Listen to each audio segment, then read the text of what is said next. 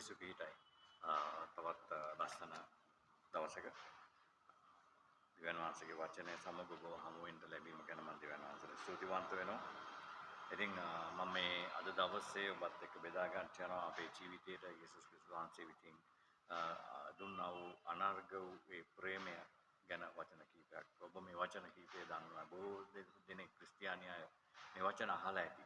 ඉතින් නමුත් නැවත නැවත මතක් කිරීමක් කරන්න අවශ්‍ය වෙනවා. මොකද ප්‍රේමය කියන එක මනුෂ්‍ය සංහතියෙන් ගිලිහීගෙන යනවා. ප්‍රේමය කියන එක අල්ප වේගන යනවා.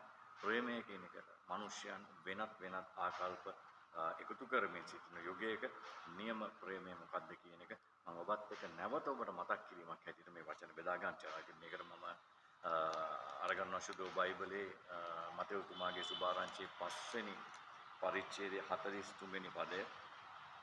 ඒක මේ විදිහට තියෙනවා. ප්‍රේමය සහ නිර්මල චරිතය ගැන ඒක කියවෙනවා. තාගේ අසල්වැසියාට ප්‍රේම කරව තාගේ සතුරාට වෛර කරවයි කී බව නුඹලා අසා තිබේ. නමුත් මම නුඹලාට කීමි නුඹලාගේ සතුරන්ට ප්‍රේම කරපන්. නුඹලාට පීඩා කරන්නන් උදෙසා යාඥා කරපන්. මෙසේ නුඹලා ස්වර්ගයේ සිට නුඹලාගේ පියාණන් වහන්සේගේ පුත්‍රයෝ වන්න. දැන් මොකද්ද මෙතන යේසුස් වහන්සේ කියන්නේ උත්සාහ කරන්නේ සතුරට පවා ප්‍රේම කරන්න කියලා. ඒ කාලේ යේසුස් වහන්සේගේ පැමිණීම එහෙම නැත්නම් යේසුස් වහන්සේගේ ඒ සුභාරංචිය ප්‍රකාශ කිරීමට පටන් ගන්න යුගය දක්වාම පරණ කිවිසුම තුළ එනම් ව්‍යවස්ථාව තුළ යම්කිසි කාරණාවක් පැවතුණා. එහෙනම් මොකද්ද සතුරට වෛර කිරීම, සතුරට දඬුවම් කරනවා, සතුරව විනිශ්චය කරන තත්වයක තමයි තිබුණේ. නමුත් යේසුස් වහන්සේ ඇවිල්ලා අලුත් දෙයක් උගන්වනවා මිනිසයාට සතුරට පවා ප්‍රේම කරන්න කියලා. මේ යේසුස් වහන්සේ උගන්වන්නේ මොන එකක්ද? ඒ කියන්නේ ප්‍රේමයේ තියෙන බලය එහෙම නැත්නම් ප්‍රේමයේ තියෙන නිර්මලත්වය යේසුස් වහන්සේ මිනිසයාට කියන්නේ මේ විදිහට මොන කාරණාවක් හේතු කරගෙන. ඔබ දන්නවා යේසුස් වහන්සේ ආවේ ස්වර්ගයට. එහෙනම් මිනිස්සු ස්වර්ගයට යන්න බලාපොරොත්තු වෙමින් ඉන්න, ස්වර්ගයේ යේසුස් වහන්සේව දකින්න බලාපොරොත්තු වෙමින් ඉන්න, ස්වර්ගික ජීවිතයකට අදිය තියන්න, ස්වර්ගික ජීවිතයක් ලබන්න කැමැත්තෙන් ඉන්න මිනිසයන් තුල තිබිය යුතු ගුණාංගයක් තමයි මේ යේසුස් වහන්සේ මිනිසයන්ට මේ ආකාරයෙන් කියන්නේ. යේසුස් වහන්සේට හතුරු හිටියා. යේසුස් වහන්සේගේ වචනය විනාශ කරන්න යේසුස් වහන්සේගේ මේ සුභාරංචියේ ගමන ස්වර්ගයට මිනිසයන් ගෙනියන ගමන විනාශ කරන්න යේසුස් වහන්සේට විරුද්ධව මිනිස්සු ක්‍රියාත්මක වුණා. සාතන් ක්‍රියාත්මක වුණා. සාතන් මිනිසයන් ලවා ක්‍රියාත්මක වුණා. නමුත් යේසුස් වහන්සේගේ හදවත තුළ කිසිම වෙලාවක වෛර තිබුණේ නැහැ. හතුරෙක් හිටියේ නැහැ. යේසුස් වහන්සේ තරහ ගිහිල්ලා කෝපයෙන් බැනවැදුනේ මිනිසයන් හදන පිණිසයි. මිනිසයන්ට මේ ප්‍රේමය ගැන උගන්වන පිණිසයි. ඉතින් යේසුස් වහන්සේ කියනවා මෙතනදී මේ 43 වෙනි පරිච්ඡේදයේ මේ විදිහට තියෙනවා. තාගේ අසල්වැසියාට ප්‍රේම කරව, තාගේ සතුරාට වෛර කරවයි කී බව නුඹලා අසා තිබේ. නමුත් මම නුඹලාට කියමි නුඹලාගේ සතුරන්ට ප්‍රේම කරපන්.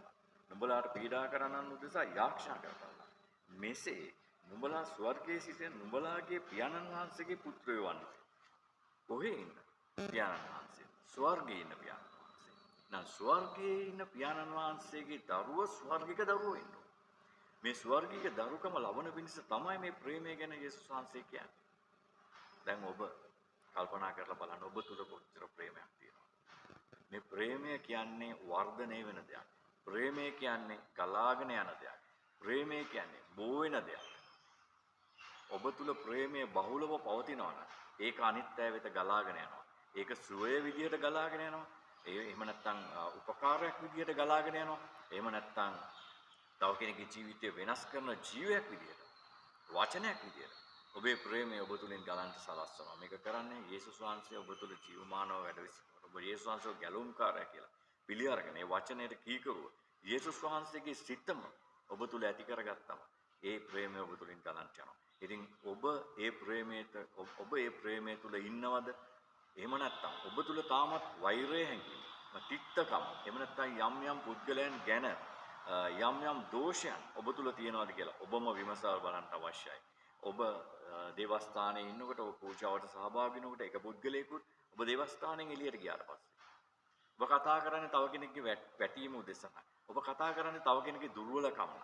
ඔබ කතා කරන්නේ තව කෙනෙක්ගේ ඕපදූපයක් නම්. අන්න ඔබ තුල එතන ප්‍රේමයක් තියනවාද කියලා ඔබම සිතලා බලන්න අවශ්‍යයි. ඔබ කතා කරන්න ඕන තව කෙනෙක් ගොඩ නැගෙන වචන. ඔබ කතා කරන්න ඕන තව කෙනෙකුට ආදරය ලැබෙන වචන. ඔබ කතා කරන්න ඕන තව කෙනෙකුට ජීවිතයක් අරමුණ බලාපොරොත්තුවක් දෙන වචන. යන්න එතකොට තමයි ඔබ තුල ප්‍රේමය හටගන්නේ. ඔබ ඔබවම පවිත්‍ර කරගන්න අවශ්‍යයි. ඔබ ඔබේ ආත්මය පවිත්‍ර කරගන්න අවශ්‍යයි. ඔබේ ජීවිතයේ ස්වර්ගික ජීවිතයක් කරා ඔබ ගෙනියන්න අවශ්‍යයි. ඒක තමයි ඔබට යේසුස් වහන්සේව නැවත පැමිණීමේදී නැවත යේසුස් වහන්සේගේ ඔසවා ගැනීම සිද්ධ වෙනකොට ඔබට ස්වර්ගයට යන්න. එහෙම නැත්නම් ඔසවා ගැනීමට සුදුසුකම් ලබන පිණිස ඔබේ ජීවිතය තුළ ඇති එකම ලක්ෂණය වන්නේ. ඔබ යේසුස් වහන්සේව තමන්ගේ ගැලවුම්කාරය කියලා පිළිගන්න කියලා මේ දේව වචනේ තියෙනවා. ඒ පිළිගැනීම තුළ ඔබ වෙනස් වෙන්න අවශ්‍යයි. ඔබ ස්වර්ගික ගමනක් යන්න අවශ්‍යයි. ගැලවීමේ ගමනක් යන්න අවශ්‍යයි. ඔබ මේ දේවල් පුරුදු පුහුණු වෙන්න ඕන. ඔබ තුළ ප්‍රේමයේ ක්‍රියාත්මක වෙන්න ඕන. ඔබට ආදරය කරන අයට පමණක් නෙමෙයි. ඔබට වෛර කරන, ඔබට පීඩා කරන අයට ඔබ ආදරය කරන්නට, ඔවුන්ට සමාව දෙන්න ඔබ අවශ්‍ය වෙනවා. ඉතින් යේසුස් වහන්සේ ඔබට කියනවා ඔබට පීඩා කරන්නන් උදෙසා යාක්ෂා කරන්න. විනිශ්චය කරන්න බෑ. ඔබ උන්ට සමාව දෙන්න ඕන. එහෙම සමාව දීලා ඔබ තුල ඔබ යම් කිසි දෙයක් ගොඩනගනකොට, ප්‍රේමයේ සිටිවිලි ගොඩනගනකොට, ඔබේ මනස ප්‍රේමයෙන් පිරෙන්න යනකොට, ඔබේ හදවත ප්‍රේමයේ සිටිවිලින් පිරෙන්න යනකොට, ඔබ තුල තිබෙනා වූ ඒ අනර්ග වූ සුද්ධාත්ම බලය, ඒ සුද්ධාත්ම වැඩවිසීම, ප්‍රේමය ඔබේ මුවින් ජීවනය වෙලා සමාජයට ගලන්ට යනවා. ඔබ යේසුස් වහන්සේගේ දැසින් ලෝකය දකින්න යනවා. මිනිස්යන්ව විවේචනය කරන්නට නෙමෙයි, මිනිස්යන්ව පාගන්නට නෙමෙයි, මිනිස්යන්ව විනිශ්චය කරන්නට නෙමෙයි. නමුත් මිනිස්යන්ව ගොඩනගන පුද්ගලයෙක් බවට ඔබපත් වෙනවා. ඔබට අනිත්‍යයේ දුක තේරෙනවා, වේදනාව තේරෙනවා, ඔවුන්ගේ බලාපොරොත්තු කඩවීම ඔබට තේරෙන්න යනවා. ඒ රහස ඔබ ඇති කරගන්න නම් ඔබ යේසුස් වහන්සේගේ සිතම ඔබ තුළ ඇති කරගන්න අවශ්‍යයි. ඒ වගේම ඔබ ප්‍රේමය ඔබ තුළ ඇති කරගන්න අවශ්‍ය වෙනවා. ඉතින් ප්‍රේමයෙන් ලෝකය දකින්න, ලෝකයට ආලෝකයක් වන්න. ඔබවම සෝදිසි කරගනිමින් ඔබට මේ යේසුස් වහන්සේ කියපු ප්‍රේමය තුල ගමන් කරන්න ඔබ අදිෂ්ඨාන කරගන්න. ඔබ මේ ප්‍රේමය හොයන්න.